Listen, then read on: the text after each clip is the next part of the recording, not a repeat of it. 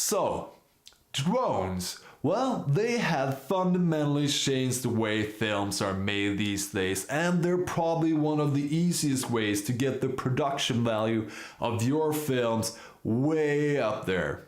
See what I did there? Well, anyhow, when I first set out to get a drone, I didn't necessarily want to shoot those aerials from 30 to 150 meters up in the air with a wide angle lens. I mean, we've all seen those, they've been done before. No, I wanted something that can match the cinematic quality of my daily driver camera, my FS5.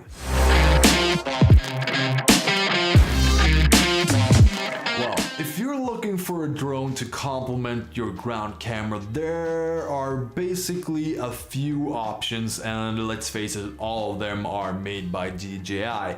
You got the small Mavic Air and the Mavic Pro 2, the Mavic Zoom, or the Phantom 4 Pro, which are all great drones with some pros and cons.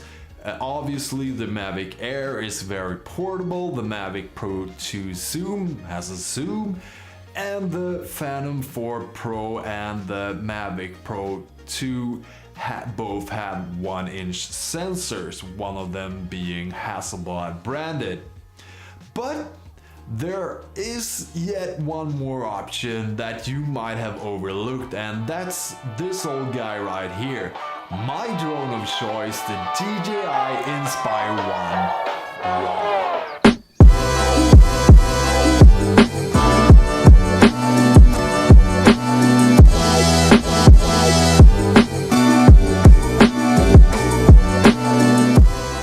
So the Inspire 1 RAW.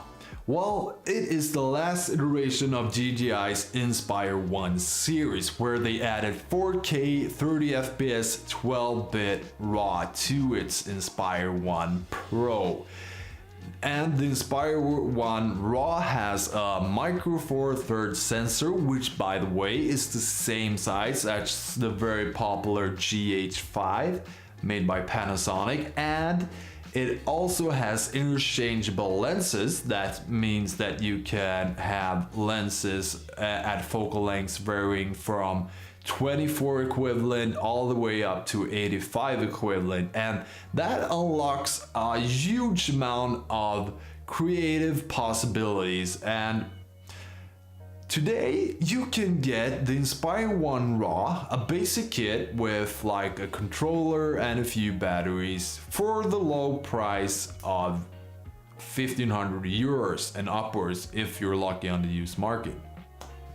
Now, this drone is not as portable as its siblings like the Mavic Air, which is a super convenient little drone, or the Mavic Pro 2, or to some degree even the Phantom 4. But guess what? Clients don't care about how neatly you can get your little drone into your camera bag. They just don't. All the clients care about is creativity and the quality of the pictures you produce. And with that being said, the Inspire 1 RAW has some clear advantages over those other drones, being these. And this is the big one, is the ability to fly dual operator. It is super useful in some applications where you have maybe a moving subject matter. It's really much easier than flying single operator.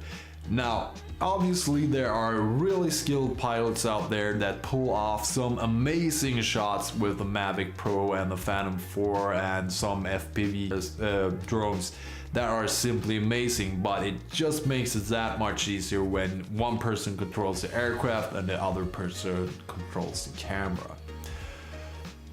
One of the other things that I've found really useful with the Inspire 1 controller, it's its connectability.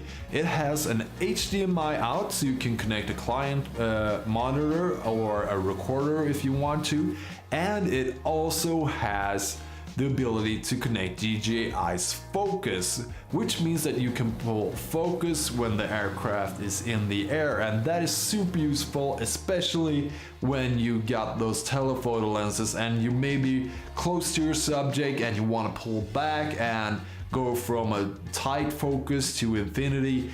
Really super useful, even though the DJI focus is on the expensive side.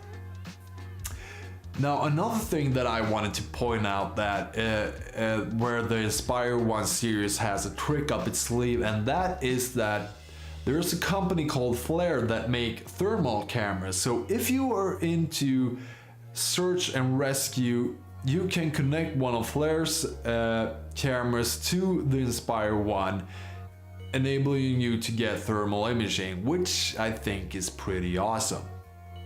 Now you might be thinking, surely there's downsides to this fantastic aircraft, and of course there is. And it's basically the whole laundry list of improvements that they made on the Inspire 2 from the Inspire 1. Mainly being these things. No FPV cameras, so when you're flying in one direction and the camera's pointing in any other direction, you don't know what you're flying towards. Battery times aren't great. I get about 17 minutes of flight time, and that is at optimal temperatures, and if it drops below that, well, flight times drop as well, and if it drops to near freezing, we need to heat the batteries in a special heater and put on special stickers. All that is built into the Inspire 2's batteries, and they have dual batteries as well. It also does not have any obstacle avoidance except for downward facing cameras, and in some applications you need like redundancy on some systems to even get to fly over things like crowds and stuff in some countries. So it has no dual IMUs and no dual batteries. So obviously all these issues have been improved on the Inspire 2. But here's the kicker, you don't get any significant boost in actual picture quality if you buy the Inspire 2 with the X5S camera that starts at about 3,500 euros. You have to go all the way up to 10,000 euros to get the X7 camera, which by the way has a Super 35 sensor, which is really cool. But at 10,000 euros you can buy 5 Inspire 1 RAWs. And, well, tell them, Steve. I'm really glad you liked everything. But there is one more thing. There's one more thing that I want to talk about. Yes, and this is huge, because guess what? If you get the optional Osmo handle, you can take your camera off your drone and use it handheld. So now you got a 3-axis stabilized handheld gimbal that fits in one hand. Though it is a bit noisy, so let me just shut that off for a moment. It's simply just amazing how good this thing is. I mean, I